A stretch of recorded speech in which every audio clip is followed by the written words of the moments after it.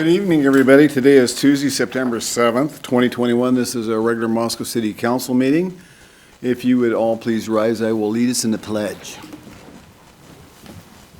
I pledge allegiance to the flag of the United States of America and to the republic for which it stands, one nation, under God, indivisible, with liberty and justice for all.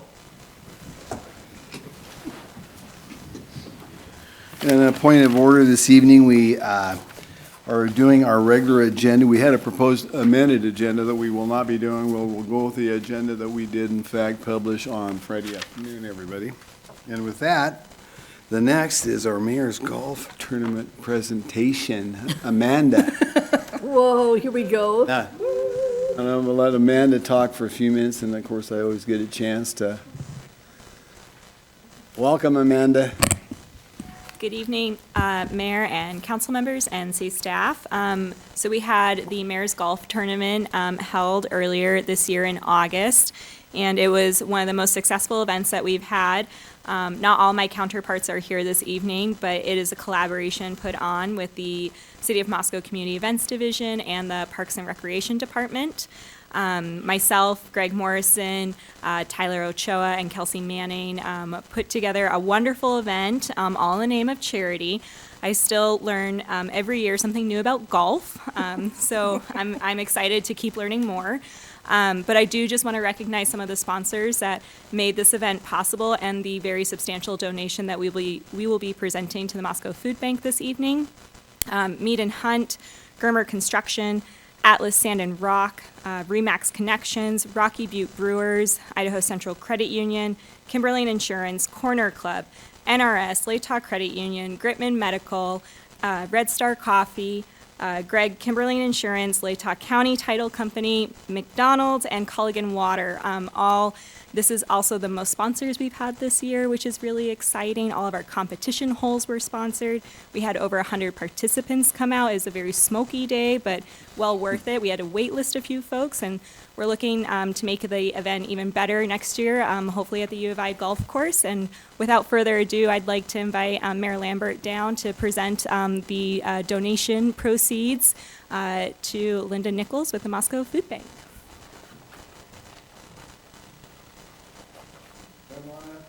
And so this year we have over $3,000 being donated to the Moscow Food Bank this year. You're walking around with it, making her walk for it? Take it that way.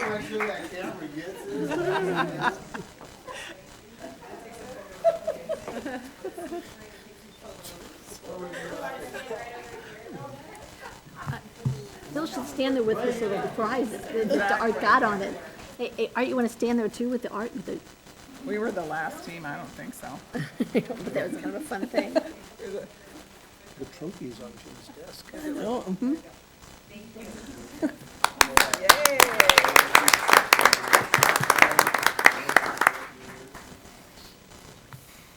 Well, thank you much, Mayor Lambert.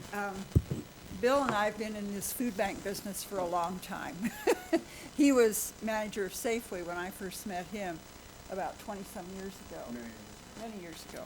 We were both not gray at that time. Anyway, so he's been a big supporter of the Moscow Food Bank over the years and much appreciated. He's the one that told me one time, one of his employees said, you know, you're taking too much off the shelf. And Bill said, I don't care, she cleans the place out. So he's always been a big supporter of the food bank. And the food bank's been around for 40 years now. So we've still operated every day that we're open through the pandemic so far. We take a lot of precautions up there, and so far we've been very lucky to have everyone stay healthy. A lot of my older volunteers have quit because of COVID, but I've gotten a lot of younger people I've gotten acquainted with, so we're still able to keep open and do all the business we have.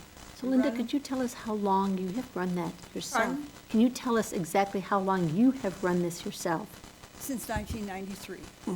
So you do the math. It's impressive. Yeah, so, anyway, it's one of those ruts you get in that you can't get out because you keep wanting to improve things. And so this is much appreciated. Thank you,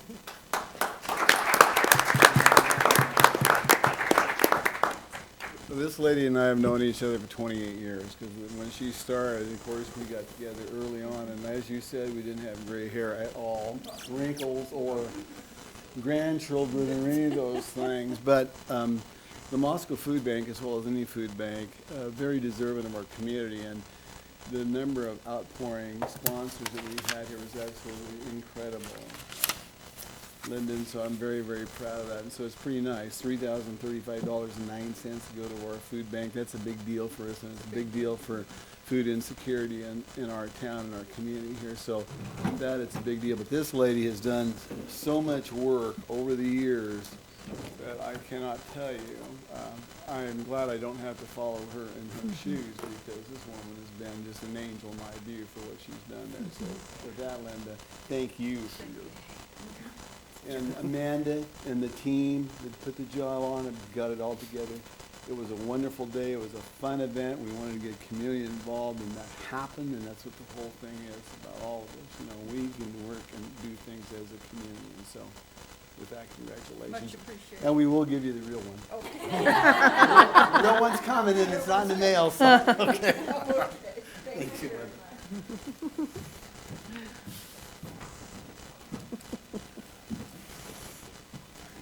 That was fun. I get kind of excited about stuff like that, and so I get kind of wound up, so it'll probably take me about 4 or 5 agenda items to calm down. So with that, I'll move on to the consent agenda. I would make a motion to approve the consent agenda as presented. Second. Who got it, Maureen? Maureen beat me, yeah. Okay. It's okay. Have a motion by Art and a second by Maureen to approve the consent agenda as is stated, and I will start the roll with Brandy, Aye. Art, Aye. Sandra, Aye. Gina, Aye. and Maureen. Aye. Okay.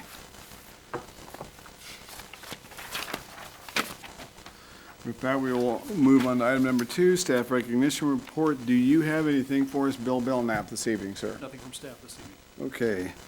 Mayor's appointments, I do have several for consideration for the council this evening. I have Asha Cousins, Sustainable Environment Commission, expiration at 12/31 of 2023. And Jenny Parker, Farmers Market Commission, this is a produce vendor, expiration at 12/31 of 2023. And I would put these slated 2 folks in front of our council this evening. I move approval of those 2 fabulous appointments. I'll second that. Okay, we've got a motion by Gina and a second by Brandy to approve both Asaf Cousins as well as Jenny Parker, and I will start the roll with Maureen, Aye. Gina, Aye. Sandra, Aye. Art, Aye. and Brandy. Aye. Okay, and one of the things I always say, I always thank commissioners, and Jenny and Asaf was not able to be here with us this evening. I always love to give those that are on commissions and are willing to spend their time to get a chance to talk and tell us just a little bit about who they are and what they do. But our commissions are very, very important to this town for a lot of reasons. We have great volunteers. They do wonderful jobs and have been consistently, and we always have a flood of volunteers that are very willing to do things for us. And, you know, it's kind of an interesting thing. We've got a wonderful community here. We don't always see eye to eye on a number of different things, but we make it work and we work together because that's the wonderful diversity that this community has, ladies and gentlemen. With that, I just love to talk about commissions and commission people. With that, I'll move on to item number 4, which is public comment, mayor's response period, which we allow 15 minutes. Every council session, as long as it is something that is not on this evening's agenda and or in front of planning and zoning and board of adjustments, we'd like to hear what concerns you may or may not have. So the podium is open.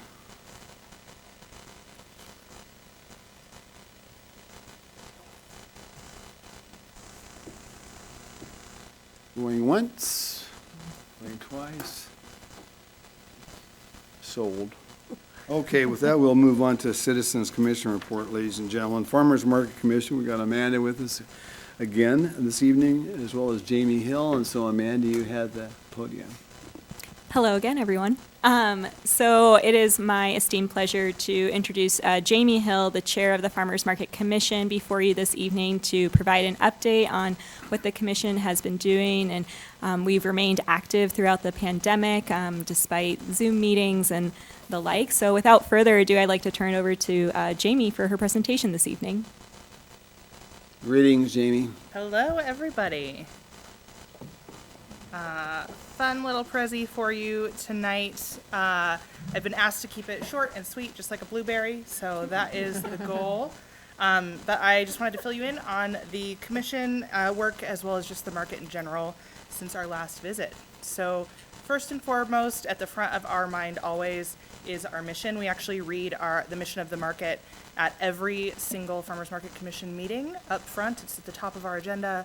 We do this first just to remind ourselves what our goals are, what we are working for, the people that we are supporting, and kind of just the importance that our decisions make for the market. Just a little reminder of that.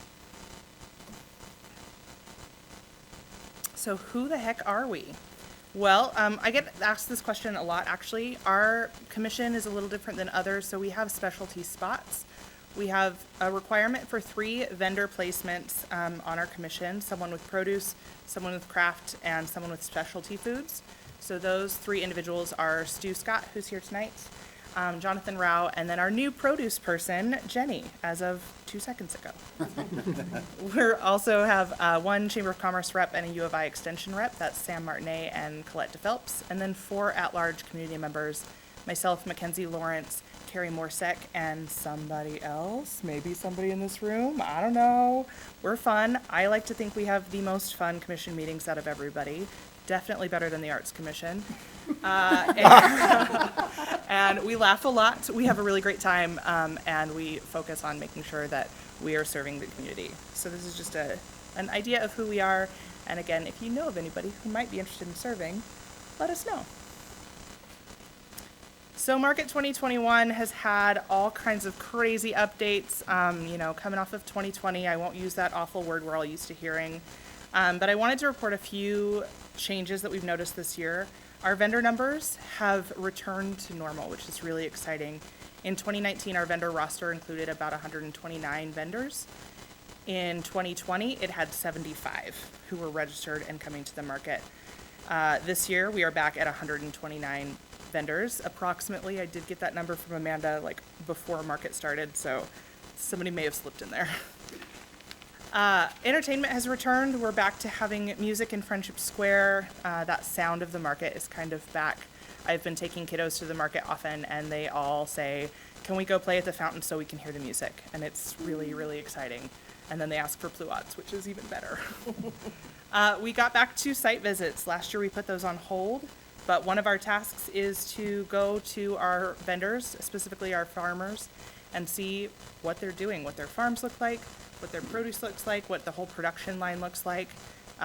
We've done everything from a shrimp farm to flower farms to blueberries to just rolling around through some fields that have kale and also radishes and also some kind of flower and also strawberries side by side. So it's always really interesting and exciting for my little farm heart to get to see all those different approaches and some of the new methods that people are using. It's also really helpful for our commission members to be able to say, hey, you should go support Jenny because I've seen her farm. It looks like this. Here's what I know she likes to do. Also, she has a dog named something. I don't know. She has a dog named something. And then other exciting news, I only say this because I know that Art mentioned it in a previous council meeting, but we have a new look coming up. So I'm very excited to share that with you at the end of the market season. So stay tuned, set your calendars, plan on seeing it. I think we're all really looking forward to it. Lastly, I have one little bit of a plea. This is just, again, a really short and sweet overview of who we are. But what's really important is, I just click over here, that you vote in the 2021 Farmers Market Celebration. This is the Farmers Market Coalition puts on this contest every year. We have gone up and down in the rankings over the years, But genuinely, we can get some cash, so that's exciting. But ultimately, the really big thing is bragging rights. It's really amazing to go to a conference and be able to say, we're really cool, right? Moscow, Idaho, who knows where that is? Nobody. So it's really nice. We are currently sitting at 7th as of this afternoon, which is not okay. That's not top 5. We want to be in the top 5. That's who really gets recognition. Currently in the Pacific, as of this afternoon, we're sitting in 2nd for the Pacific. Who is beating us is Napa. And what do they have? Wine. Come on. So do we. And kombucha. So we win. Where So, can we vote? If you would like to vote, what a great question, Gina. Right there. If you'd like to vote, you can get your little mobile device, yeah, like that. Excellent work. Type in bit/ly, capital Moscow, capital FM for Farmers Market. Go ahead, share that link with all of your friends. Send them there. Voting runs through the 19th. So send everybody, and then vote again. Use all your email addresses. Can you really, I may have voted 3 times. I know, I voted I one. think you got some votes while you were speaking. I Jamie. think that may have maybe been part of my plan. I don't know. So I'm just going to leave this here while I say that I'd love to entertain any questions that you all have. Well, it's clearly nicer. Of course, we're not out of this COVID thing, but it's sure a lot easier this year than what it was last year, and the work that the farmers market, everybody has put together that's been absolutely phenomenal last season and this season. So it's kind of fun to get kind of somewhat back, and we will get back. It's just we're inching along, and we're going to make it happen for us. But boy, you guys do a wonderful job, Jamie. Questions for Jamie? Or No questions really, but I'm this year's liaison from the council to the Farmers Market Commission, and I know that these folks work really, really hard on making sure the market is functioning well, that it delivers what it advertises, they make it a fun place, and they're very passionate about it, as I found out from some of the discussions within the commission. And I think their crowning glory this year is actually the fact they settled the issue of where does the apostrophe go or not in farmers? None. And the answer is, there is no Nope. apostrophe. Get rid of it. None So of that. that was a major topic at one point that I enjoyed hearing. So, yeah, good bunch, and thank you so much for all the work you guys do. And I would definitely say all of that kudos goes to Amanda and her staff.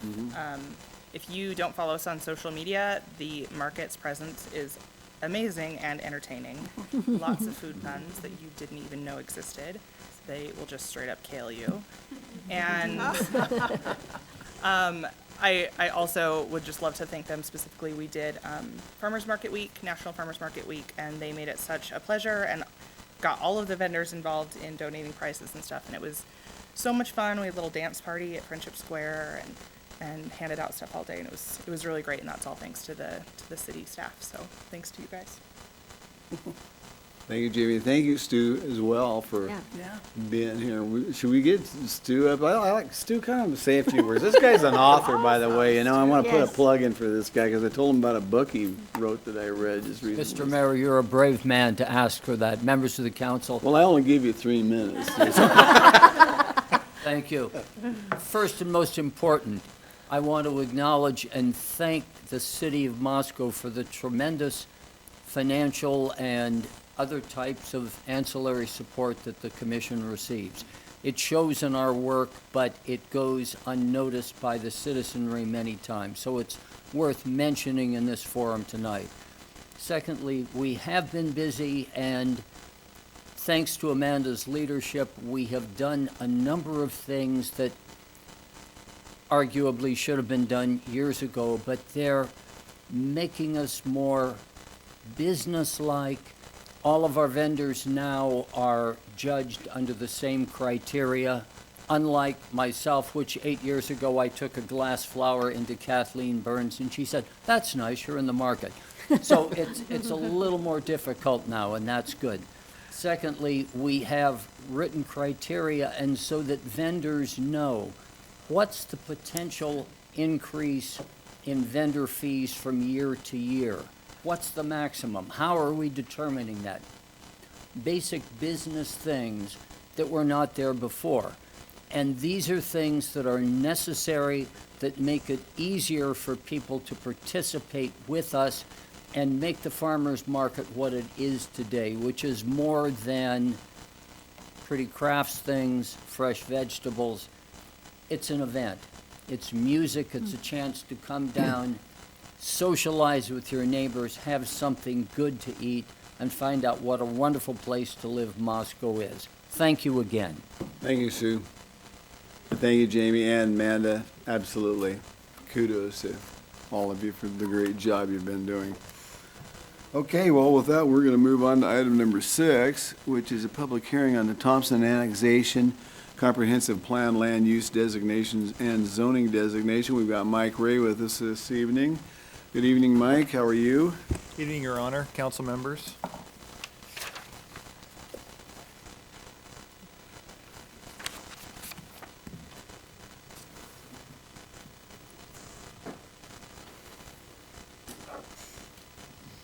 So before you tonight, we have a public hearing, a proposed comprehensive plan land use designation, as well as a zoning designation for a 2.68 acre property proposed to be annexed into the city of Moscow, and it's located south of Robinson Park Road and directly east of the current city limit boundary. Garrett Thompson is the applicant, and the current comprehensive plan land use designation in the area city impact is auto urban residential.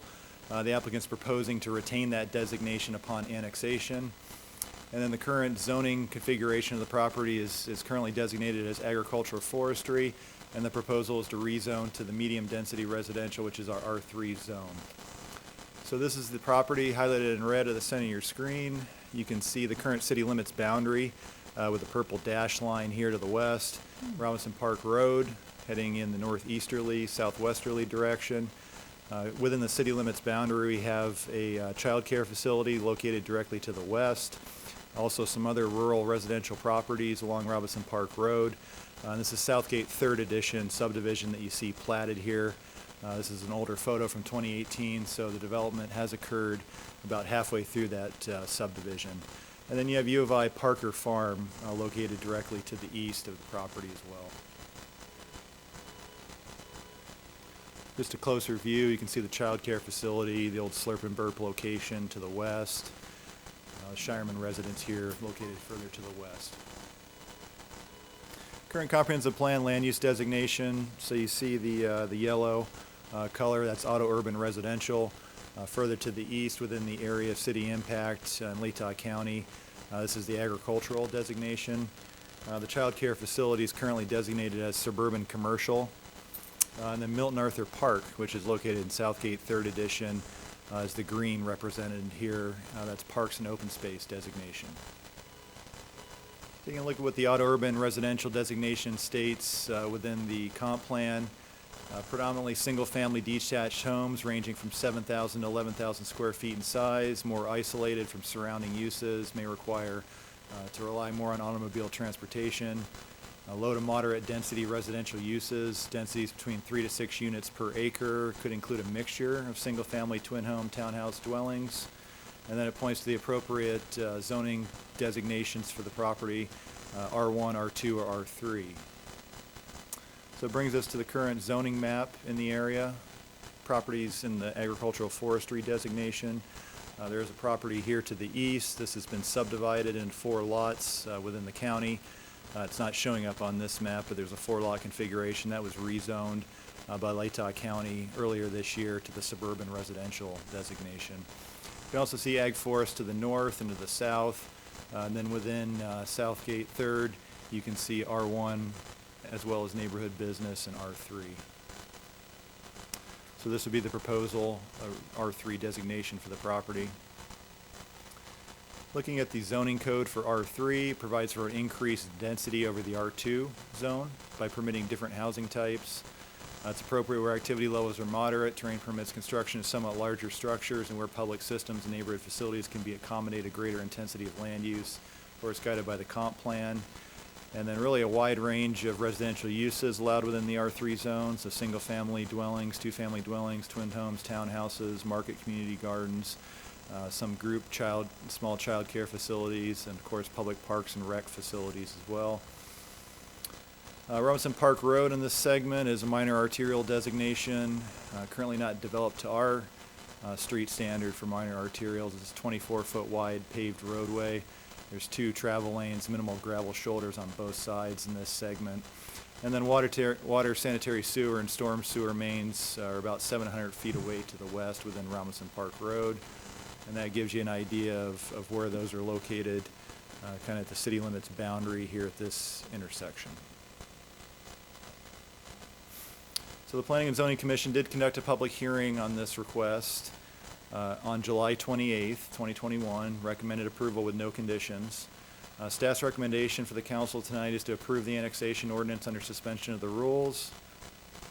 And if the annexation ordinance is approved, approve the proposed comp plan, land use designation resolution, and adopt P&Z's reason statement of relevant criteria and standards.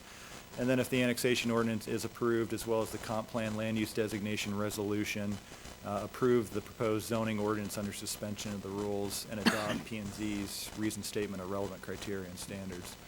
And I'd certainly try to answer any questions you might have. Any questions for Mike? Art? I would always be remiss if I wasn't asking a planning and zoning question or two. First is, would the development be responsible for bringing the public infrastructure, the water, sewer, out to the development? It would be at the time of development, correct. Yeah, so be more or less kind of a leapfrog. So does that mean that, for example, the child care center at the old Slurp and Burp would be able to participate in that as well, or would they get a free ride on it? They're actually connected to city services, so it doesn't show the mains located on their property, but there's a private line. So this is under common ownership, and so they actually have private city lines that are run to both of these locations. I believe that the old Slurp and Burp is still on a septic system, but has the sewer readily available to connect with the line having been run to that property, but I believe they are connected to water. The house to the west is connected to both. And so when it develops, then the new development would be responsible for fixing their street frontage along Robinson Park Road up to city standards at that point? It would typically just be their frontage that they're responsible for, not necessarily extending the rest of the frontage. But certainly, any subdivision of this property would have to go through a public hearing, if this property is to be annexed, have to go through public hearings before planning and zoning and city council, and certainly the council could look at that in the future. And one other thing I noted in there was, I didn't see the exact letter from Parks and Rec, but it looked like the applicant was aiming to provide cash in lieu of parkland for this development. Well, that'd be a future, so our parkland dedication requirements kick in the subdivision plat process. Okay. So that'll be in the future. Right. Thanks.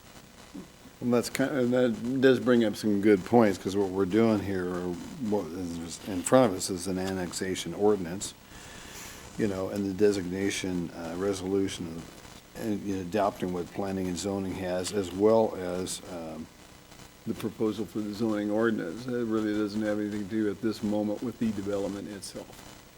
So, Okay. Brandy, do you have a Well, question? then, yeah, what is the benefit to the city to annex this property with no planned development or anything?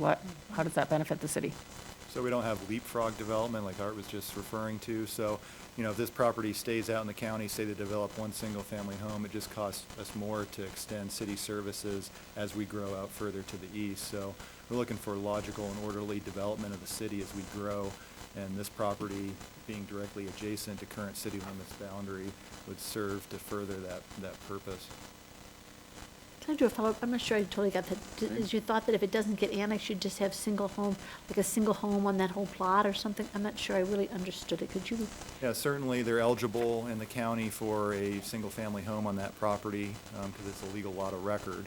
And so that's the concern, is that if it's not, annexed into the city and we don't have this incremental, logical and orderly growth and through subdivision development, we don't have the streets extended, we don't have the utilities extended, and then we have to cost more in the future to be able to extend those to maybe a larger development as we grow. That makes sense. One of my questions come up, so, is that as you start developing out further, it means there's increased number of houses. Who then is ultimately responsible for expanding the road when we get so many people on it? Well, certainly the city's capital improvement plan would address that, but we would have to, every subdivision's responsible for their, share of the infrastructure. And so a property that's of this size, 2.68 acres, certainly would be responsible for the frontage on Robinson Park Road to be able to expand that to minor arterial standards. But certainly a much larger development would, could take a look at requiring additional off-site improvements, just like we had recently done with like the Eddington subdivision off of Bruce River Drive. But that improvement would be on their frontage of what they're going to do when a development plan would come in front of us. Okay, any other questions before I open the public hearing?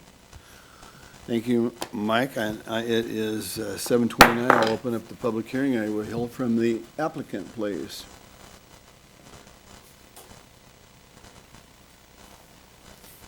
Good evening, Mayor and Council. I'm Scott Becker with Hodge & Associates, 405 South Washington.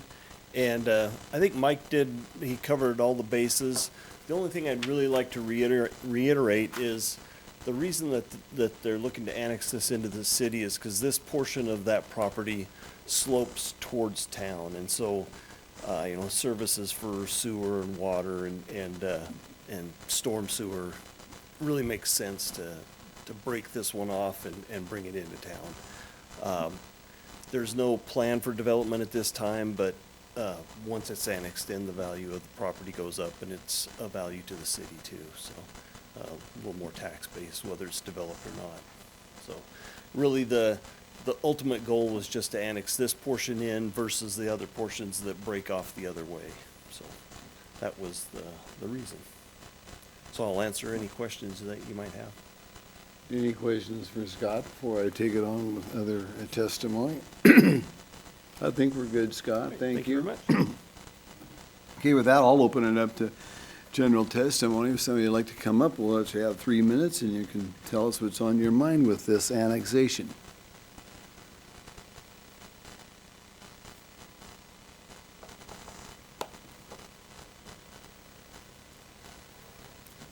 With that, I will close the public hearing at 7:30 and turn it over to council. Can I ask Mike a question? Maureen, Okay, to so, Mike. and I just don't visualize what that is. Somewhere between Kismet, Greenville, there's this open space there. What is that? That's Milton Arthur Park. The whole area is a park. This whole area is a park. Okay, I missed that. If you go out there now, the roads have been extended to this point on Granville. Sutton's been halfway developed. And yeah, you can see that this area's been graded as well as sod's been. Yep, and grass is in there. So that will remain a park? Correct. That was part of the Salisbury addition. It was originally done a number of years ago. But that's where they would collectively put that park. So it sounds to me kind of like your argument is somewhat along the lines that say, well, if we don't annex it, they'll just start building in the county and then we'll kind of leapfrog around. Correct. There'll be city, county, city. Correct. Do we have any place that looks like city, county, city? We had several islands at one point in time. Those have since been annexed. There's currently an island that is over on Bruce River Drive that we have that situation, which we try to discourage. And so, until development happens, there's no city services really that are extended to that property, even if it is annexed into the city? Correct. There's just no need for any services there until something is built on it? Correct. And they don't know adequate size of those services as well, so. Okay. Are there any, I guess this is an obvious question, but I think I can predict your answer. Any concerns about annexing it from city staff's point of view? I know you're recommending that it be annexed, but is there anything to be considered that? Really nothing from city staff's perspective, no. Gina? I am all for orderly and no leapfrogging. Just not in favor of that orderly development. Or I am in favor of no leapfrogging. So, Your Honor, I move that we approve the annexation ordinance under suspension of the rules requiring 3 complete and separate readings, and that it be read by title and published by summary. Second. Okay, we have a motion by Gina and a second by Art to approve the annexation of the suspensions of the rules requiring 3 complete and separate readings and it be read by title and published by summary. Further discussion before I call the roll. I will start with you, Brandy. Aye. Art. Aye. Sandra. Aye. Gina. Aye. And Maureen. Aye. Okay, with that, we do have an ordinance. It was just passed. This is ordinance number 2021-12, an ordinance of the City of Moscow, a municipal corporation of the state of Idaho, providing that land described in section 1 of this ordinance and generally shown on Exhibit A attached hereto and incorporated by the reference be annexed to the City of Moscow, providing that the provisions of this ordinance be deemed severable, providing for this ordinance to be in full force and effect from and after passage, approval, and publication according to law. Okay, that was one action. We got several other actions here. Well, carrying on, because I like the work of the Planning and Zoning Commission, and they're always very thorough, I would like to move to approve the proposed comprehensive planned land use designation resolution and adopt the Planning and Zoning Commission reasoned statement of relevant criteria. Second. Okay, we've got a motion by Art and a second by Gina to approve the proposed comprehensive plan land use for designation resolution and adopt the Planning and Zoning Commission's reasoned statement of relevant criteria. I will start the roll with Maureen, Aye. Gina, Aye. Sandra. Aye. Art. Aye. And Brandy. Aye. Okay. Read, Gina. Can I make the next one? Sure. You wish. Because I like to say this next line a lot. I Okay. move that we approve the proposed zoning ordinance under suspension of the rules requiring 3 complete and separate readings, and that it be read by title and published by summary, and adopt the Planning and Zoning Commission reasoned statement of relevant criteria. Second. Okay, Gina made a motion, Art put a second to that motion to approve the proposed zoning ordinance under the suspension of the rules requiring 3 complete and separate readings and it be read by title and published by summary and adopt the Planning and Zoning Commission reasoned statement of relevant criteria. I will start the roll with Brandy. Aye. Art. Aye. Sandra. Aye. Gina. Aye. And Maureen. Aye. Thank you, Mike. Thank you. Okay, with that, Your Honor, yes. we'll have to read that ordinance. Was there another one besides that? The rezoning ordinance, you have to read the title for that one as well. Oh, is it in here? Oh, sorry about that, guys. Here it is right here, 2021-13, a resolution of the City of Moscow, a municipal corporation of the state of Idaho, authorizing the designation of a 2.68 acre property legally described and incorporated herein this reference as auto urban residential, providing that this resolution be in effect upon passage, approval, and publication according to law. We're good. With that, we'll move on to item number 7, which is a public hearing, opening of the budget for fiscal year 2021-2022. We have Sarah Banks here, our finance director, the City of Moscow. Good evening, Sarah, and welcome. Good evening, Mayor and council members.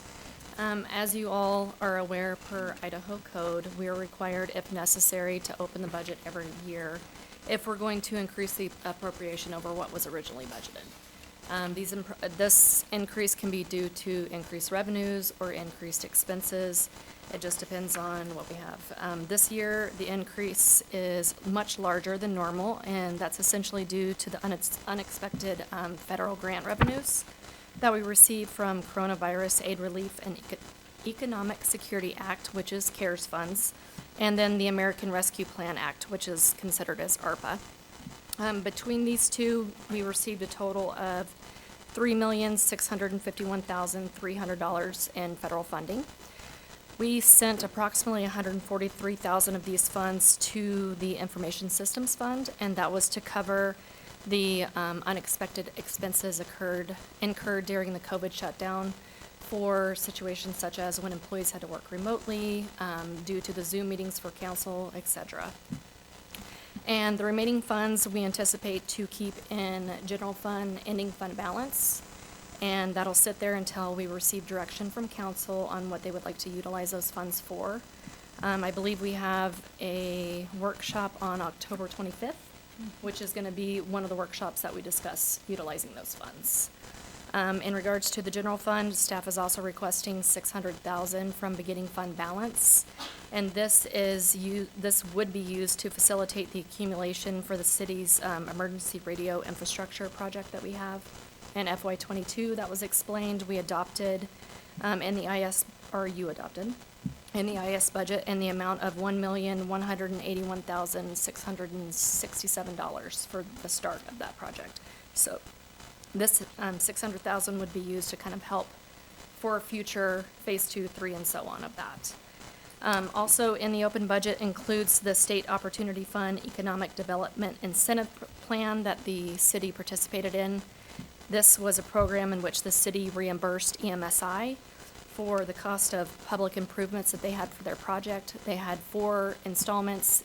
EMSI had to meet milestones. As they met those, the city paid EMSI, and then the city was refunded by the State Opportunity Fund. The remaining parts of this budget, and the total of that was $350,000. The remaining parts of the open budget include federal grant funds totaling $4,826 that was received in the Arts Department. And that was used to facilitate a third exhibition for the 3rd Street Art Gallery. And then $106,060 from Fleet Beginning Fund Balance. We had purchases that were anticipated in FY 2020. Due to COVID, those purchases could not be made, and so they were done in 21. And those purchases were 2 police vehicles and 1 fire vehicle. And so with that, the total of the open budget is $4,806,043. And if you have any questions, I'd be happy to answer them. Questions for Sarah? How can we argue when we get money? Maureen, I didn't hear what you I said. said, how can we argue when we get money that we won't accept it and put it in our budget? Thank you.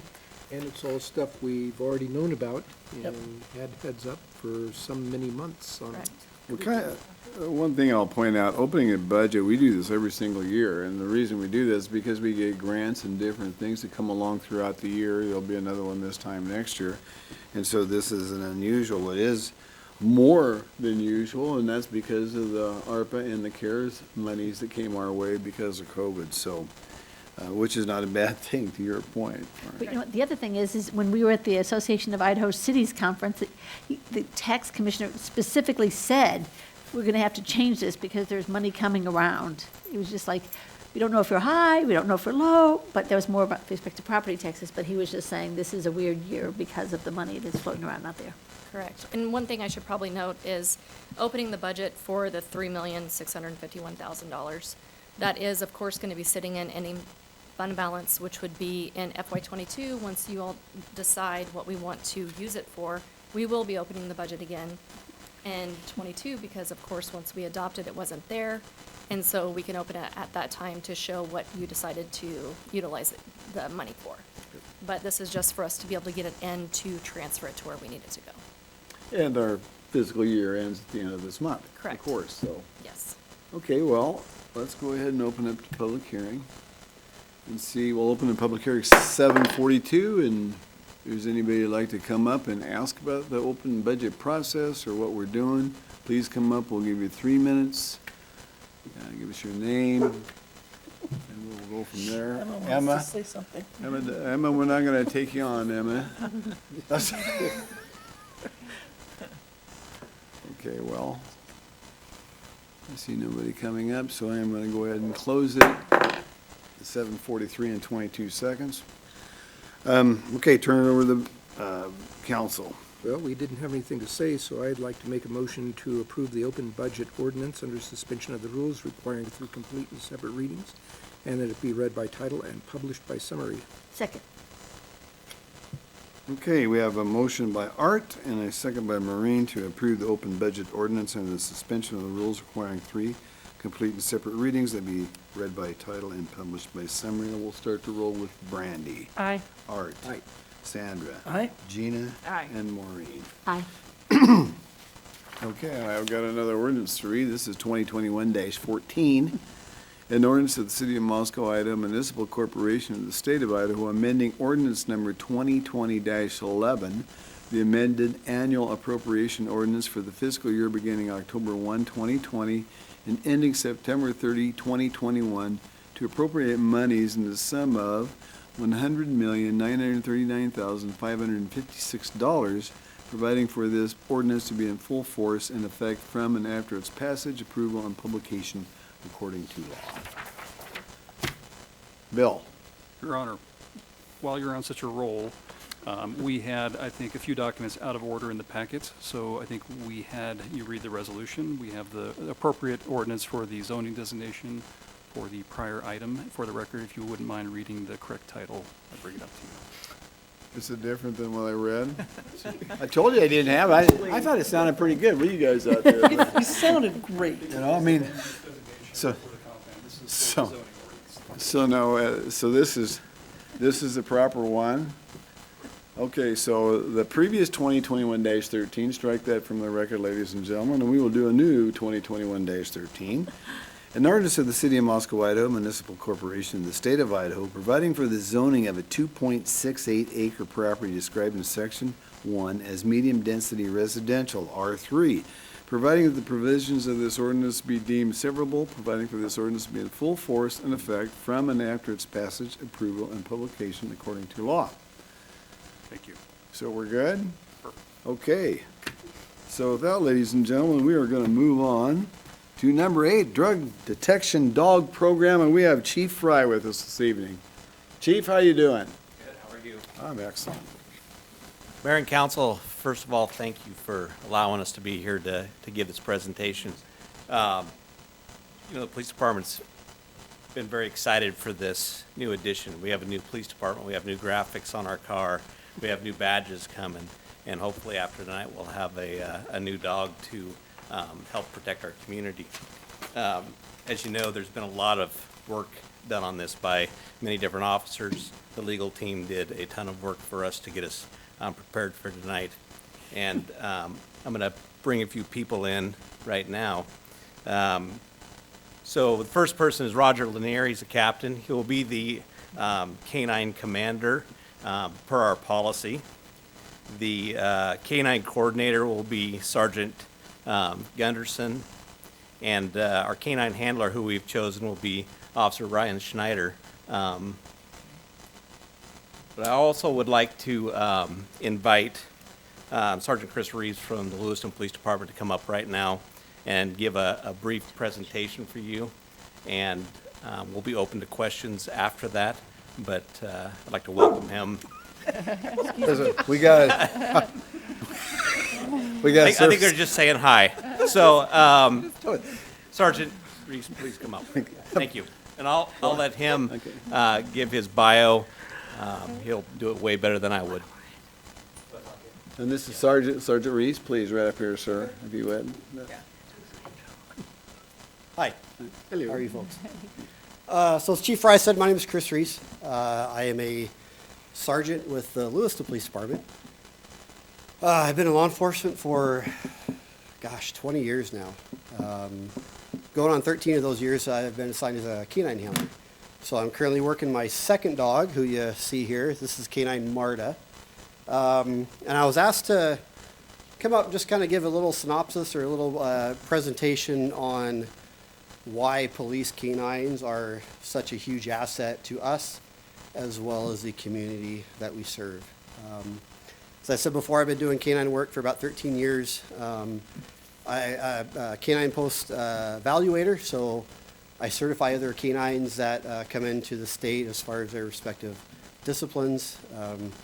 I work with the Quad Cities Task Force as well as the FBI Task Force attached to Lewiston, where we primarily focus on federal level drug trafficking cases and OCF cases and all that good stuff. But I'm very passionate about police canines because something I've learned over the last 13 years is that they are extremely valuable not only to us, but to the communities that we serve. And what I mean by that is, unfortunately, a lot of our people that are addicted to these drugs, and specifically talking about a drug detection canine, which is what MARTA is, a lot of our drug problems, at least in Lewiston, and I'm sure here in Moscow as well, they attribute to a lot of our other crimes, our property crimes, our thefts, our burglaries, our commercial burglaries, our vehicle burglaries, in addition to a lot of our violent crimes, our crimes against persons. And so with the police canine program, not only are you battling the war on drugs, if you will, but you're also preventing a lot of other potential crimes, these burglaries, these thefts, these crimes against people.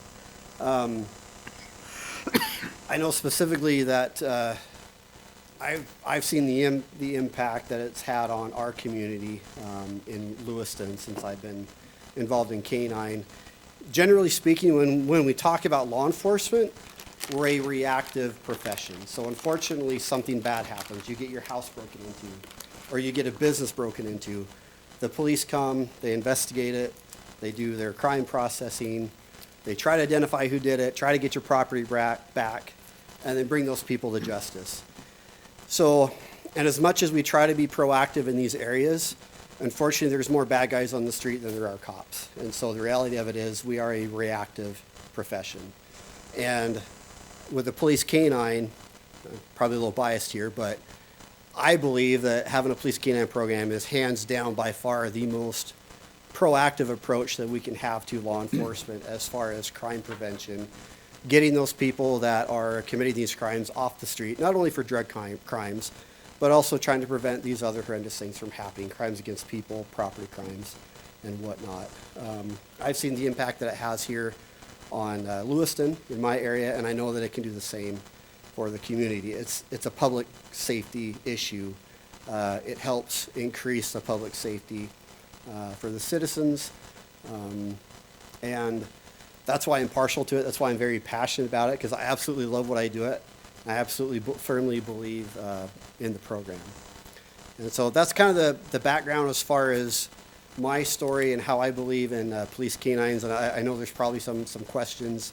I've looked over the policy that the Moscow Police Department has drafted as far as the use of a police service dog. And we've kind of went through that with a fine-tooth comb. And I think that the policy is a solid policy. I think it adheres to state law. And I think that as long as that policy is followed and the mandates that the state of Idaho sets as far as the use of police canines, the training, the certification process that has to go through, I think a canine program would be extremely beneficial here for you guys. So if you guys have any questions, I'd be happy to answer them the best I can. I'm not the most smartest person out there, but I'll do what I can. Well, Officer Reese, you stated that you've been working with the canine for 13 years, is that correct? Mm-hmm. And over that 13-year period, this is your second dog that you worked with? This is a question I have. Do you ever get burnt out doing the work with the dog that you've been doing for the past 13 years? Absolutely not. And I can honestly say that. If I could retire with a leash in my hand, I'd be a very happy person. There's kind of a saying in the canine world that after your first year, you either want to give it up because of all the extra work and everything that goes with it, or you want to do it for the rest of your life. And so that's why it's crucial that the handler selection process is vital. And I've met with Officer Snyder. There he is, thank you. We've had some good conversations, and from what I've seen, I believe that he has the desire, I believe he has the motivation, I believe that he has the skill set to really excel at being a canine handler. In addition to that handler selection process, the other most vital part is having the backing of the administration. Without the backing of a chief and Cap Lanier, who I used to work with back in the day, he was vital in starting our canine program. So without him, I would not be here, which I guess at the end of this meeting, I'll find out if that's a good thing or not. But without their support, you're pretty much dead in the water with a canine program. And talking to Chief Fry, I've had many extensive conversations with Captain Lanier. 100% they're on board with this, and they're on board for the right reasons. Not just to have a dog and pony show, but they want to utilize the canine for the right reasons, and that is for essentially the public safety. No big surprise, we can look in the news that the opioid epidemic is here, alive and well. Unfortunately, it's not getting any better, especially with the fentanyl cases that we've been seeing. And the canine, the drug detection canine program is number one, hands down, I believe, the best way to combat that issue. Because again, not only are we getting those drugs off the street, but we're also alleviating or trying to eliminate other crimes that may be taking place caused by these individuals that have those addiction problems. So, does that answer your question? Well, absolutely, Officer Reese, you clearly have a passion for it, because I kind of felt that you might have that, so I wanted to have you explain just a little bit more, and you did a great job. And by the way, we were so happy to snag Captain Lanier from the Lewiston PD. I just wanted to throw that out there, because he's been a great addition to our command staff here as well, so. He's well missed. Okay, questions from Council? Brandy? Sure, I have a couple of questions.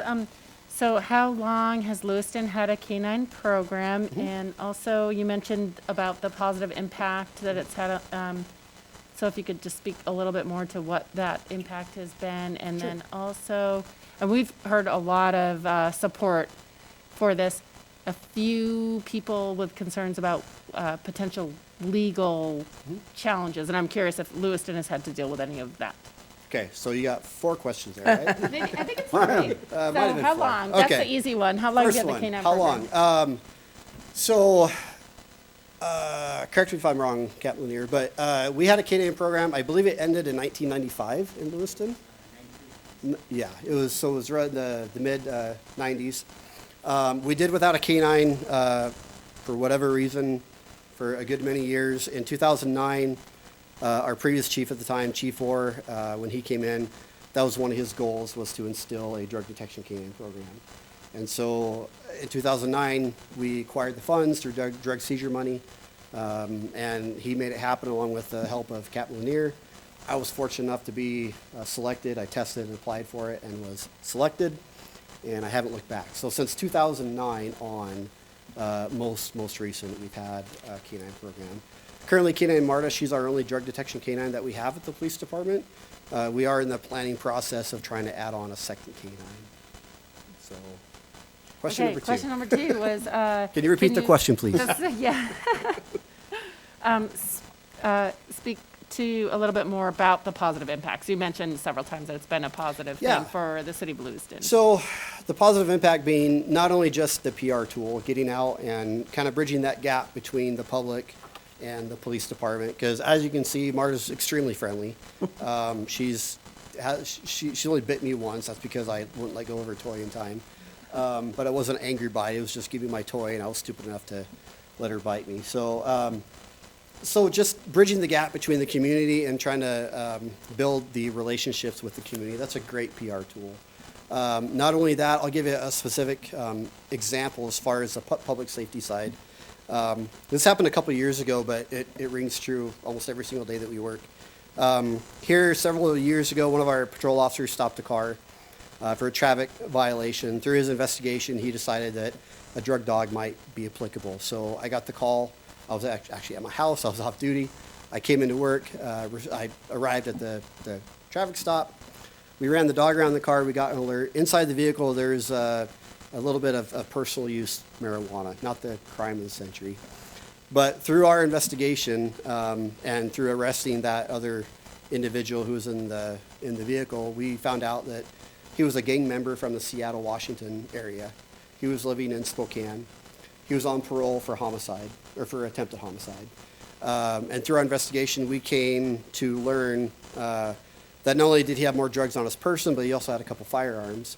And his sole purpose of coming to Lewiston was not only to sell drugs, but he was also going to pull some armed robberies at some of the local gas stations. So without a doubt in my mind that because she was able to smell just a little bit of personal amount of personal drugs, through that investigation, we got this pretty dangerous criminal off the street and prevented 1 or 2 armed robberies. So, and she repeats that constantly. You know, we don't always know the outcome of if this person was going to do this or if this person was going to do this if we hadn't been caught. But we definitely see the impact that she has in putting people in jail that we know that they can A, get the help for their substance abuse issues, but also B, that we know that they're not going to be out there committing other crimes. Does that answer your question? Yeah, that's a great example of that proactive. Good, What thank you you. were talking about, yes. All right, question number 3. Question number 3 was, have you had any sort of legal challenges, problems? I mean, No, when it comes to legal issues, the only legal issues that we come across is in the courtroom. Because the defense attorneys, that's their job, is to try to get their clients off of technicalities or something that the officer may have done. I was telling Officer Snyder this, that, and this isn't kudos to me, but we've been doing this program since 2009, and so since then, most, if not all, of the defense attorneys, when they come to court, they stipulate to my certification, to Marta's abilities, and if it's a drug case involving her, they stipulate, we move on, and then they try to suppress the reason for the traffic stop or something along those lines. They don't really challenge anything as far as the canine goes. They can challenge it, and I'm probably guessing that because it's a new program here in the Moscow area, the defense attorneys will probably try to come up with, reasons to try to get their clients off. That's their job. But as far as legal ramifications, being sued or anything like that, no, none whatsoever. okay, thank you. You good? Okay, I'll go with Sandra, and then I'll come down to you, Maureen. Really, just the only question I have is, when you were getting the program back in 2009, how well received was it? Were people excited by this? Were they leery? And how did you? No, they were pumped. They were more pumped than I was, I would probably say. I can't tell you how many people, even to this day, they come up and thank us for our job. And then once they find out that I'm a canine handler, they're like, oh my gosh, you guys do a phenomenal job. Can we meet your dog? And Captain Lanier can probably attest to this. They were extremely receptive. The public was. In fact, I don't think social media was huge back then. I'm dating myself here. But I remember lots of people coming up and thank you. It's about time. We were wondering, what does she do? And then just the outpouring of support and come to our business, come to our church, do a demonstration. We want to know about her. We want to know what she does. My other dog was a female. So the overall outpouring of support from the community was huge. Thank you. Thank you. Maureen? Okay, so I have a couple of questions, and so if a dog is walking, if your dog, Marta's walking down the street and she smells that somebody walking by her may have marijuana, not marijuana, or any hard drugs, because Sure. allegedly aren't trained for marijuana, what do you do? What does she do? What do you do?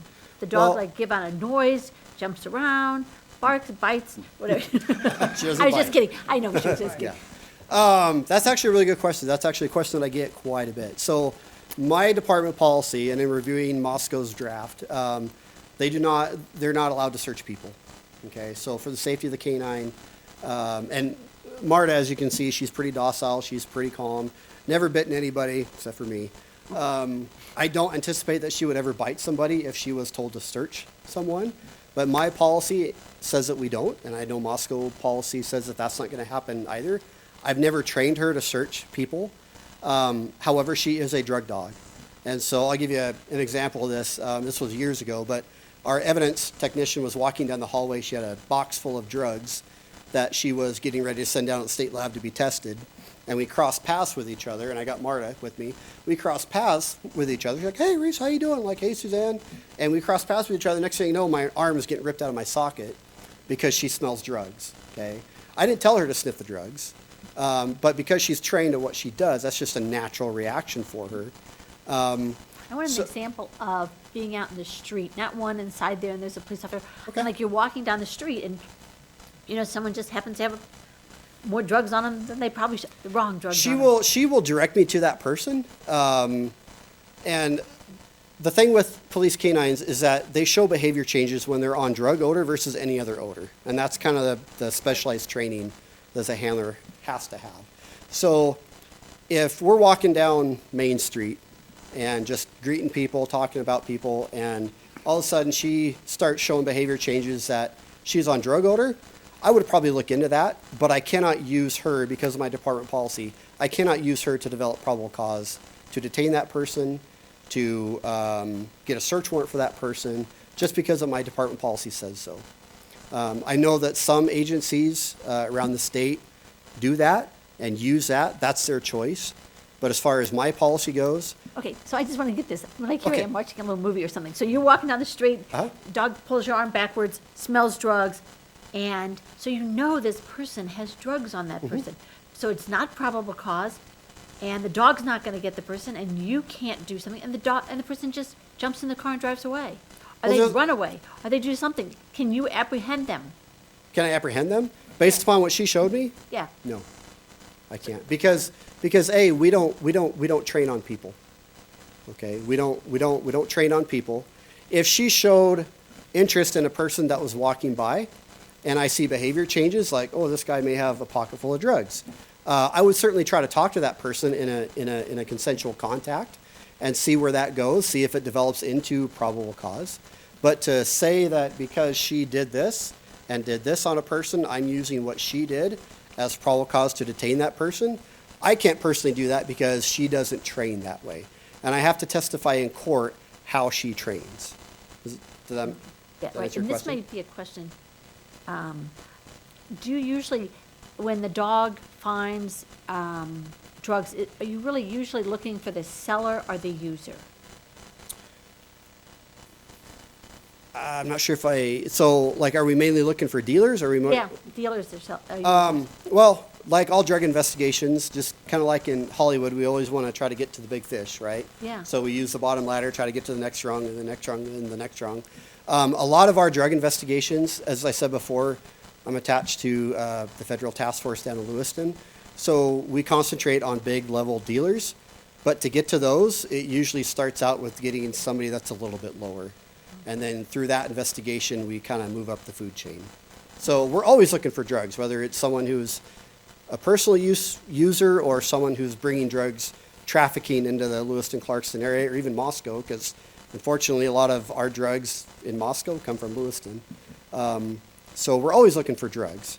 But The rules have some regulations. I mean, these questions, Officer Lanier came in and spoke to the Human Rights Commission, and these are a lot of questions that came out from them. Okay. And one is a concern about there's a certain, some breeders or trainers that kind of use abusive methods. And so is there some regulation that says you can't, this is the kind, or is there just a policy within Lewiston Police Department that says this is the kind of training we want our dogs to participate in? So when it comes to breeders, we only use here, down in Lewiston, and I believe Moscow is going to be doing the same thing. We only use reputable police vendors. That's what you want to hear. Okay, yes. So I obviously I love dogs. I would not go to a vendor if their training criteria is more of a discipline or a negative training environment versus a positive training environment. And it's up to the agency to kind of seek that out. I can tell you, doing this for a couple of years now, there are certain vendors that police departments just shy away from because they know that that's kind of how they train their dogs. Thank you. No, I'm not really done. I have a few You're more what? questions. I'm not done yet. Well, how much more you got? I mean, we gotta give somebody else a chance. I get you know. overtime? I mean, we don't have this officer here to grill either, Maureen, so it's. You're fine. Yeah. Ask away. I'm more than Go happy ahead. to. I thought we do have, okay, so, I just wanted to point out that the county here, Latah County had a drug dog for years, and then they stopped, and they currently do not have a dog. So I think that they have asked for it and not gotten a dog, just kind of for the record, so that's clear.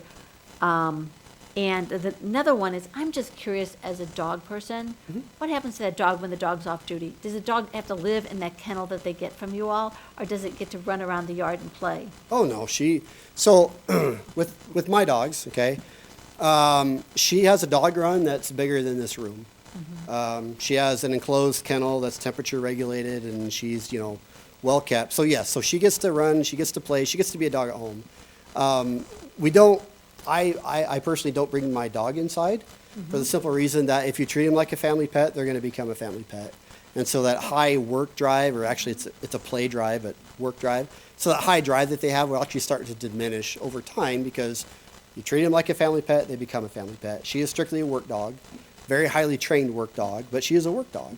So she comes home, she's not kenneled and penned up and, just doesn't get out. Oh no, her dog run is bigger than my house almost. I want to stick something in here too, Maureen. Part of this policy that was written up, that Mia wrote up, talks about dog getting exercise and being able, we've got another officer, Officer Gunderson, who's going to be overlooking it with Officer Snyder to make sure that this dog gets adequate care, adequate exercise, and those types of things, so it has a good, healthy lifestyle, so it's not in a pen or a coop Right. this entire time. That's part of the policy. I read the policy, and speaking of the policy, I have a question on the policy, and that one's, That'll go to Mia. okay, and there's two of them. So anyways, we'll go to Mia when we're done. Okay, so let's finish up here with Officer Reese, and then we'll ask questions, illegal stuff to Mia. Thank you How's for that? answering all my questions. Oh, absolutely. I have one more. Oh, hang on a second, I want to go to Gina next. Gina. So we're having hearts and flowers and sunshine right now. Sure. What's the downside? Get ready to work. Hands down, it is the hardest job I've ever done, but it's been the most rewarding. The most rewarding being that you get to experience things that a normal patrol officer doesn't get to. You get to go to specialized training. You get to work with prosecutors on a regular basis. You get to be more involved in extra cases that the normal patrol officer really doesn't. The downside is, you're dealing with a, where'd you go? Oh. They're off. She got tired of hearing me talking. The downside is that you're dealing with a living, breathing animal. And so that animal, just like a person, can pick up bad habits. It can get unhealthy if you don't exercise her. And so being a canine handler is a 24/7 job. You're not just a canine handler when you're at work. You're a canine handler at home, feeding the dog, caring for the dog, make sure it's healthy, dog food, vet bills, making sure it's up to date on its shots. I mean, it's really taking on a second kid, and I'm sure that those of you who have dogs know what I'm talking about. But in addition to that, it is a piece of equipment that is owned by the police department, and you have to maintain it and take care of it as such. And so it's not just like I go to work and I get dressed for work, I do 10 hours of work, I come home, I'm off duty. That's not the case. We get called out quite a bit. You're taking care of the dog constantly. You're picking up dog poop just like any other. I really hate, but that's one of the downfalls of it. But yeah, it's the most challenging thing I've ever done. But I wouldn't be doing it if I didn't love it. So, and if I didn't see the rewards for the community, especially. Yeah, go to you, Randy. How often do outlying, outside of Lewiston communities request MARTA? A lot. And does that work out for you? Are you usually able to do that? Yeah. So in Lewiston, we have my dog with the city. The county has a dog as well. ISP, the state police based in Lewiston, they have a dog. There's some health issues that are going on with the dog. So between the three dogs that we have, we try to stagger our schedule so that there's at least one dog that's working. But if not, we get the phone call. So we have mutual aid with Quad Cities Reserve Task Force, Clarkston PD, Soutland County. I believe we have mutual aid with you guys as well. Moscow PD, Latah County, Pullman, Whitman County, all these surrounding agencies. I've gone to Pomeroy, I've gone to Latah, I've gone to Moscow. I know Sheriff Skiles here, it's been a couple years, but he had us run through all the schools. We kind of blitzed all the schools just to, not in hopes of finding stuff, but just to show a presence that kids can't bring drugs to school. So I've gone all over the place. And I'm really happy that they are getting a handler because that will help alleviate some of my extra responsibilities. So you sort of envision that you just work with the Moscow Police Department when there's a need in those outlying communities to see whose canine is available or? Yeah, so if it's anything around the Moscow area and I get a call, the first thing I'm going to ask is, where's Officer Snyder? Is he available? Because A, I don't want to step on his toes because this is his area. But B, he would have a much quicker response time, better availability, better use of resources. I don't mind coming up to Moscow. I have several times, but this is going to be his neck of the woods. So, but if he's not available, and I'm available, yeah, I have no problems coming up here. But So, I imagine it would be reciprocal. I guess that's a question for Chief we Fry, don't- but. We don't want him down in there. Okay. All right, well, Does that mean you have to work at night too? I mean, like, if you're off shift, you're never off. What time Don't is they it? give you normal hours? I go to work here in about an hour, so. But usually if you're on call, are you like off call when you are done with your time? I'm always worried about overworked people too. Yeah, so I'm on call. I don't get on-call pay. I'm not obligated to come out when I'm not working. I try to make that resource available as much as I can, but I mean, sometimes, you know, my kid's birthday party or need a happy Wow. wife, happy life type of thing. So, yeah, I say no. We appreciate the work you do then. Oh, well, thank you. I appreciate it. Thank you. well, Officer Reese, thank you very much for taking the time, thank coming you. up from Lewiston and educating us on the dog, and good-looking dog that you Thank have you. there, so we could, and you answered a ton of questions. We very much appreciate that, and thank Yeah. you for your assistance to our department, not only here in Moscow, but Latah County as well. So Oh, we thank you. thank I you appreciate for that. doing that.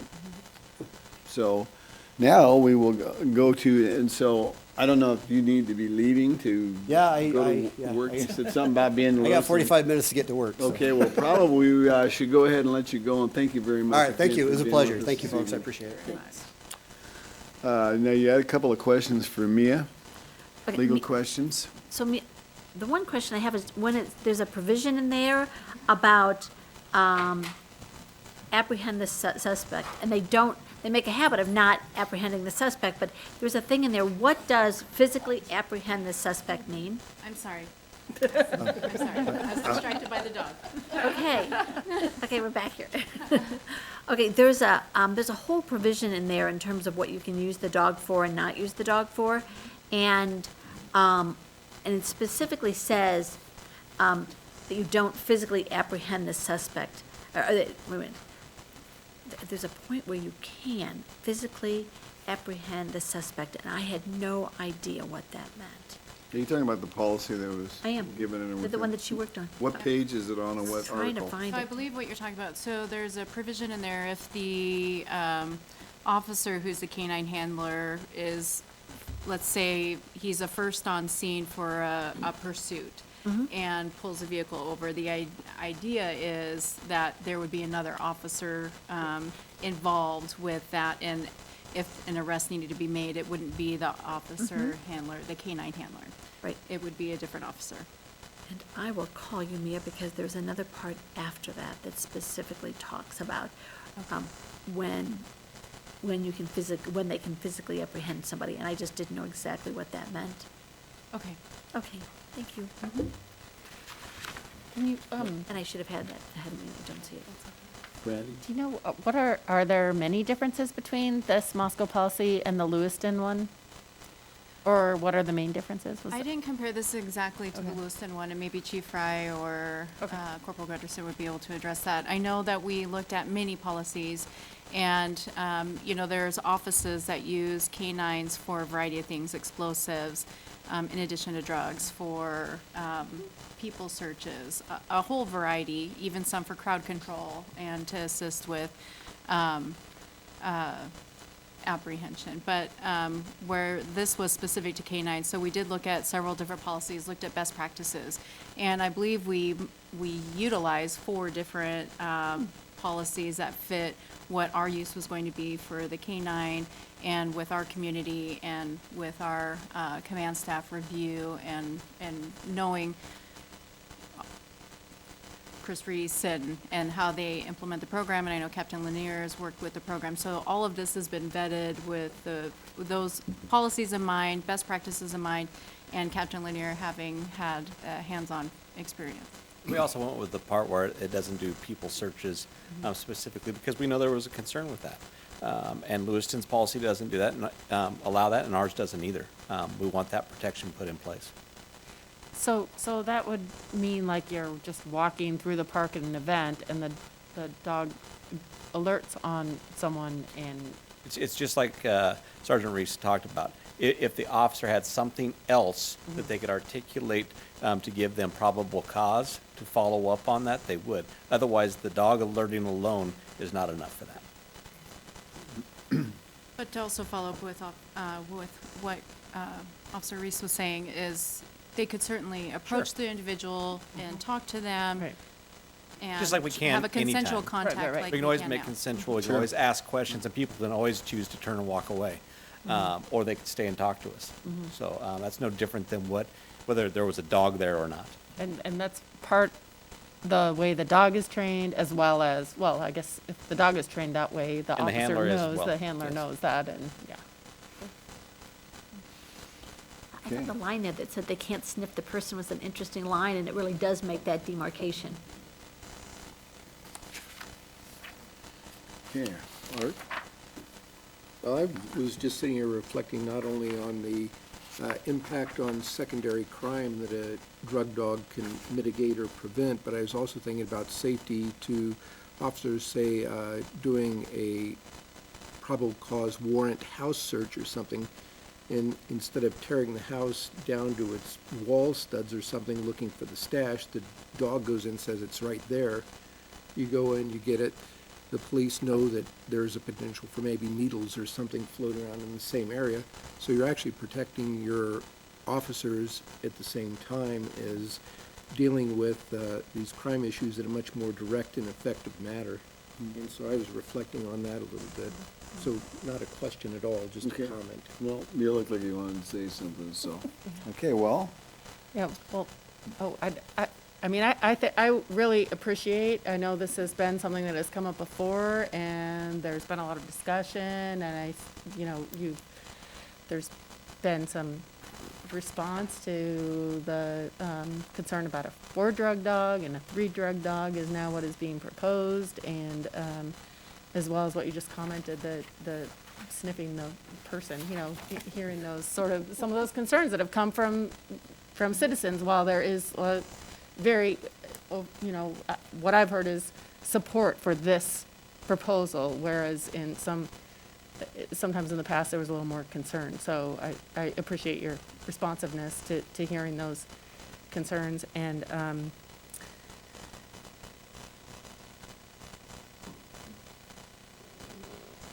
there was something else, but I'll come back to I'll it. make a comment Here we that, go. one of the things I will say is the Moscow Police Department policies and procedure on the canine operation. I read through this several times over the weekend. I gotta tell you, in my view, it's very, very impressive.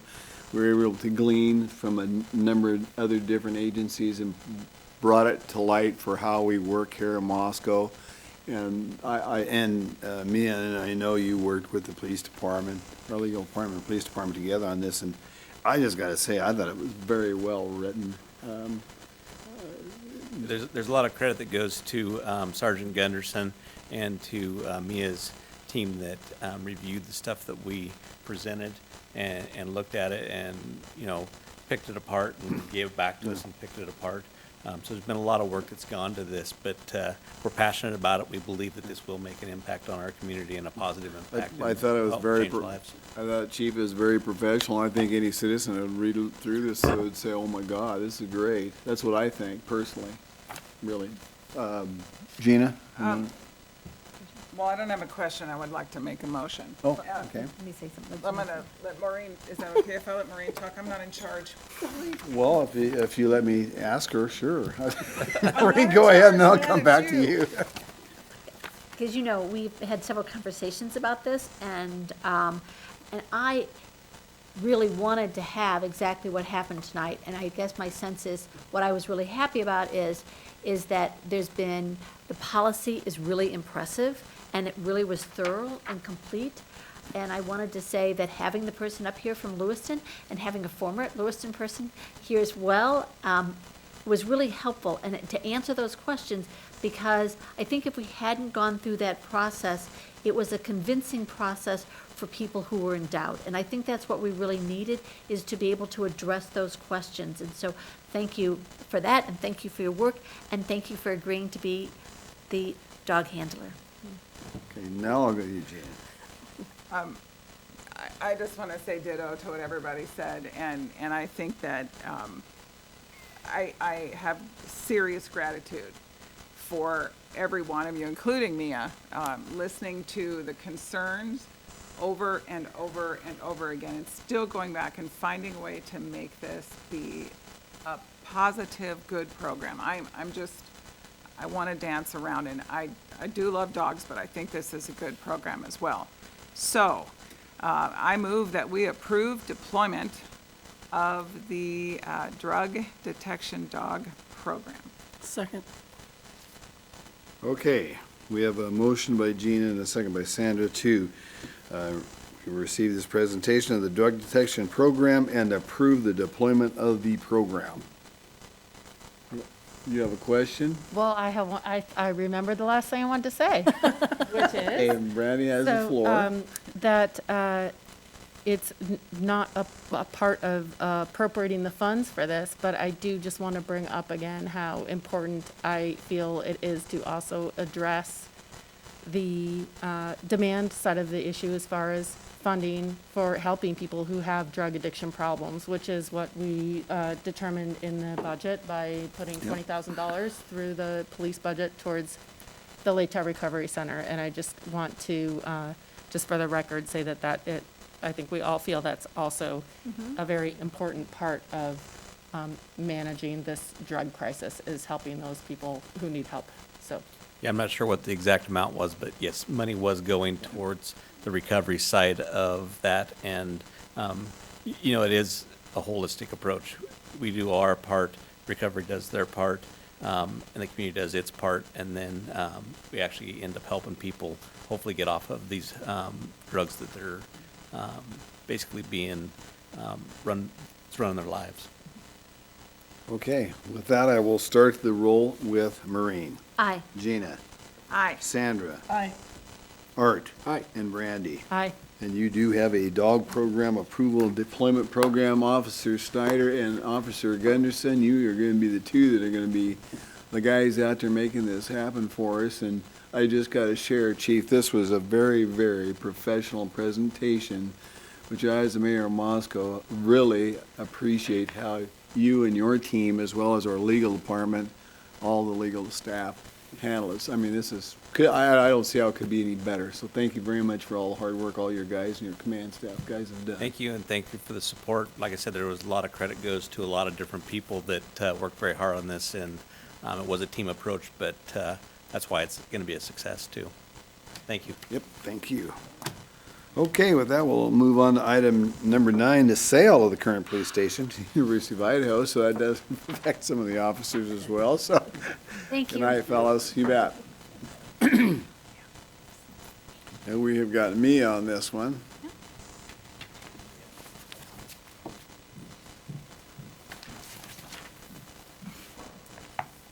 Mayor, council, I'm going to be fast.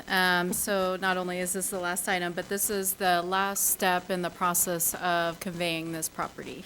And so today's decision is actually quite simple, but just to recap, the very first step of the process of conveying city-owned property to another government-supported tax entity, first you have to declare your intent, which you did on July 6, 2021. City Council declared its intent to sell the property for the appraised value of $975,000 to the U of I. The next part of that requirement of that step 1 process is that the city clerk then had to publish a summary of the council's declaration of intent and provide notice of the public hearing to discuss moving forward with the council's declaration, their intent to sell the property to the U of I. That was accomplished and statute was followed.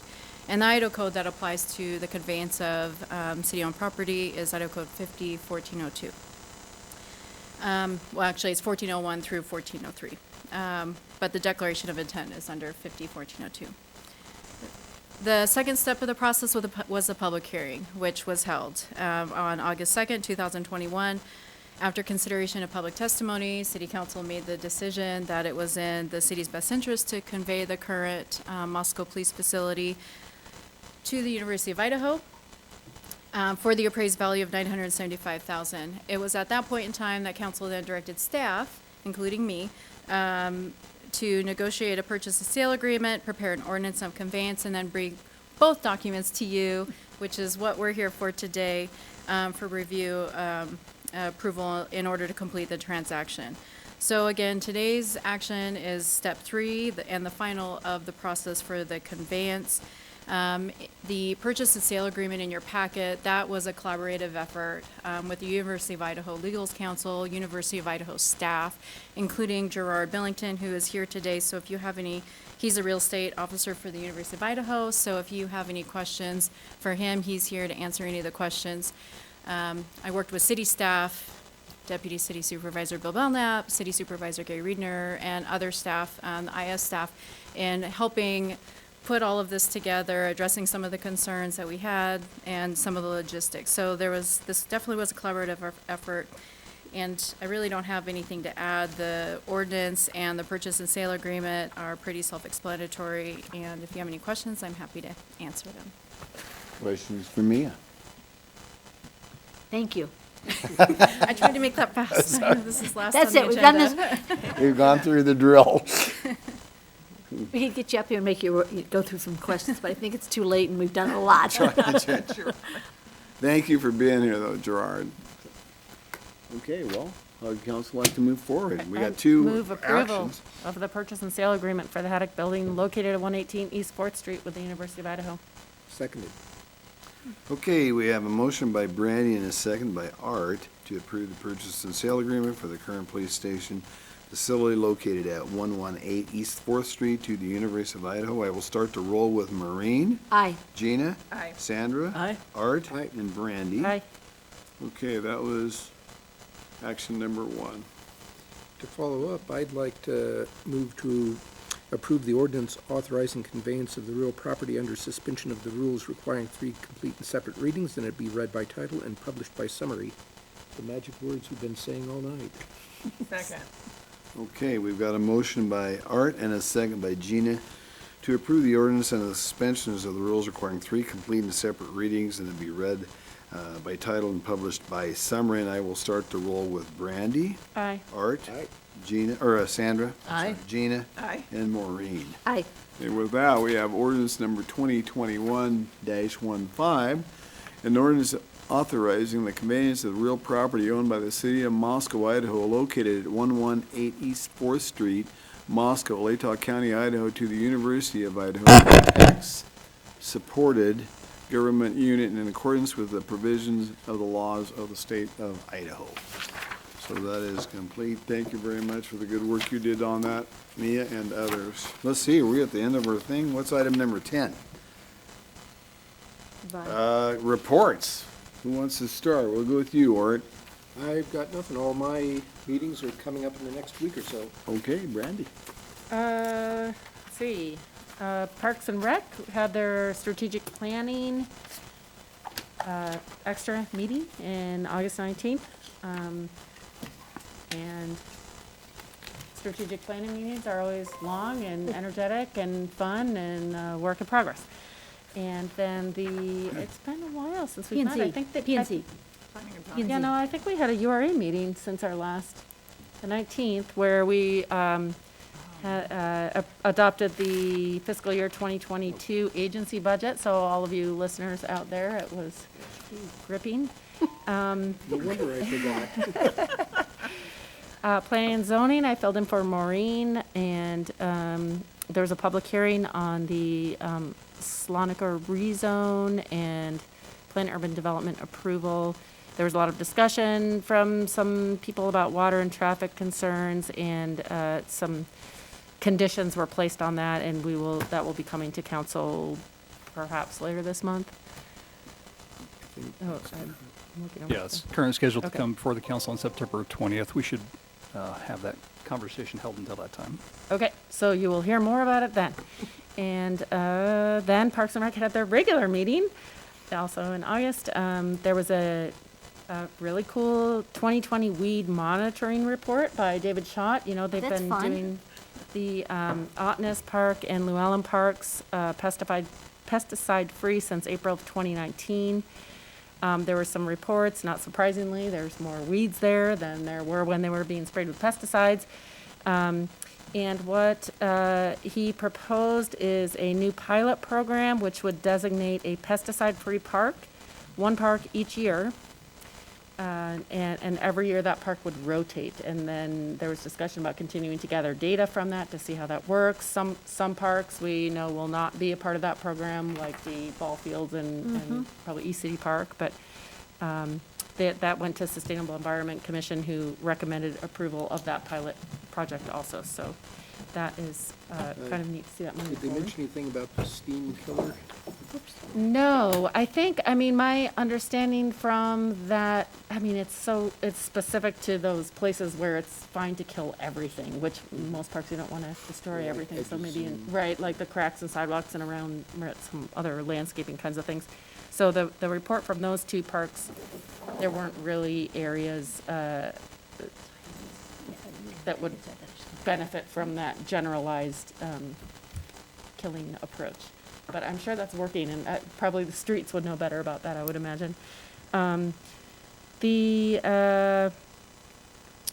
Let's see, there was also some discussion about the Meadow Brook second edition pedestrian bridge near the ball fields. I think that's something that would probably be coming to council at some point. That should be coming to committee next week on the 13th. Okay, so you'll hear more about that later as well. And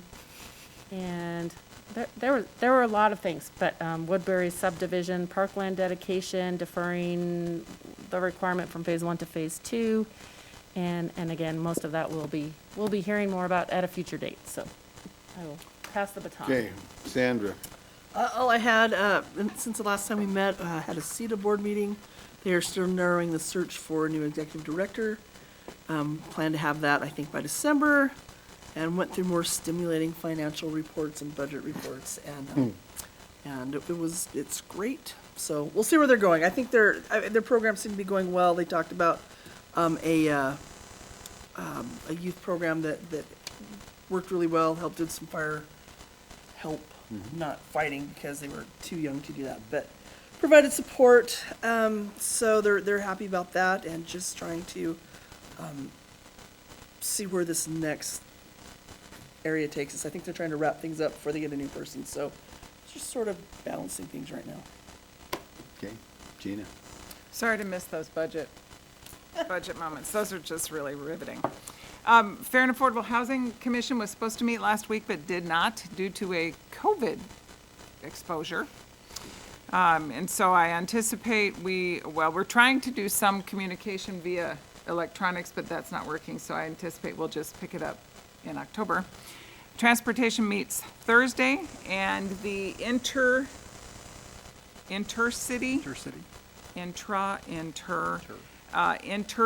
discussion is ongoing, but none of us figured out that when you get a doodle poll in the email, you're supposed to click on it. That didn't happen. Okay. Yeah, not the brightest group of people. You did try. I also attended the, and I don't know if it's a monthly leadership breakfast. How often do we do those? Once a Where month. it's- Yeah. Well, it hasn't been, we had one on September the 1st, that's what you're talking about, yes. Yeah, I'm gonna and that talk a was, little bit that about was that, fun. yep. It's always fun to see everybody at their, one coffee stage of the game, hair still drying and that sort of thing, so it was good, it was a good meeting. That's all. Lorraine. Randy stood in for me. I was predisposed at that day. Well, I'll kick off on that monthly meeting, which was September the 1st, and that's with the city, the county, university, and the school district. Oh, gosh, we must have had 15 people on there. And that starts at 7 in the morning, so it was actually went quite a while. I think it lasted over an hour, and that's probably the busiest one that we've had in quite a while. And everybody's looking forward to the day that we can meet in person, but we do that with Zoom, so we don't know when that'll happen. I do want to talk about August 25th, because I had an airport board meeting. We talked a lot about the Boise flight, because it just started 8 or 9 days before that. And a 5-day-a-week service, only 2 days that we don't get service is Tuesdays and Saturdays, but it seems like it's going pretty well. And so it's Being used. Yeah, it's being used, and so anybody out there, I mean, what a great way to go to Boise and spend a few days and zip back. I mean, so hopefully it'll be utilized, and thank you, University of Idaho, for making that happen for us. September 3rd, it was Chief Nickerson. Him and I toured the Idler Rest of Fire thing, went through that, and I gotta tell you, it was very impressive. The tremendous support that we had from, agencies all over, whether it be Colfax, down in the valley, Lewiston, Clarkston, Nez County, Genesee, Deary, Potlatch, Troy, all the way around. The agencies collaborated, and as well as the Land Management Bureau. Amazing what they did, and they had one of those big airplanes with the retardant stuff flying over, and the double engine helicopter that was dipping the huge 500-gallon buckets out of the ponds up there and dumping them. But it was amazing what they did. I mean, that was very, very impressive. So I spent Friday morning with Chief Nickerson on that, and that was, boy, I tell you, and I think we were very, very fortunate, and it was by some quick actions by a number of different people. And by the way, our police department helped in a big way as well. Captain Barrett was filling in for the chief while he was gone, and got some guys up there and helped with what they needed with crowd control and that sort of thing. That was really good. That's what I have to report. It's nice to read in the paper, too, that the University of Idaho, having students out there helping clean up the land, has really helped prevent it as well. I mean, made me feel better about being protected. Yep, absolutely. Bill, do you have any reports? The only thing, I think, as the council is aware, we were planning for the Vandaltown Block Party event next week on the 16th.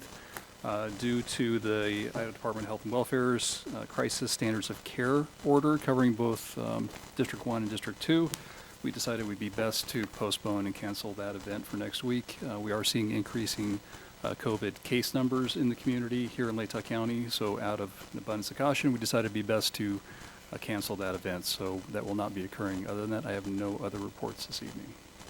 Okay, well, that. Can I ask you just a question that I heard Yes. before I came?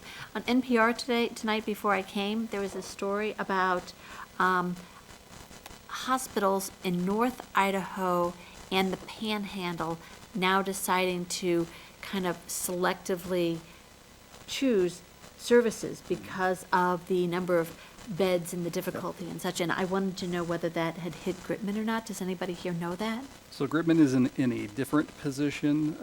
So they declared the crisis standards of care for the entire health districts, and apparently that gives the hospitals then the ability to make decisions about health care within that area. Gritman released a press release shortly after. The state's press release went out stating that they are remaining at a contingency standard of care level and will continue to monitor and will move to the crisis level if it is required. Thank you. So, thank you very much. That ends our meeting this evening. I would entertain a motion to adjourn. Let's go. All in favor? Aye. We are out of here. 8:40. Thank you, everybody.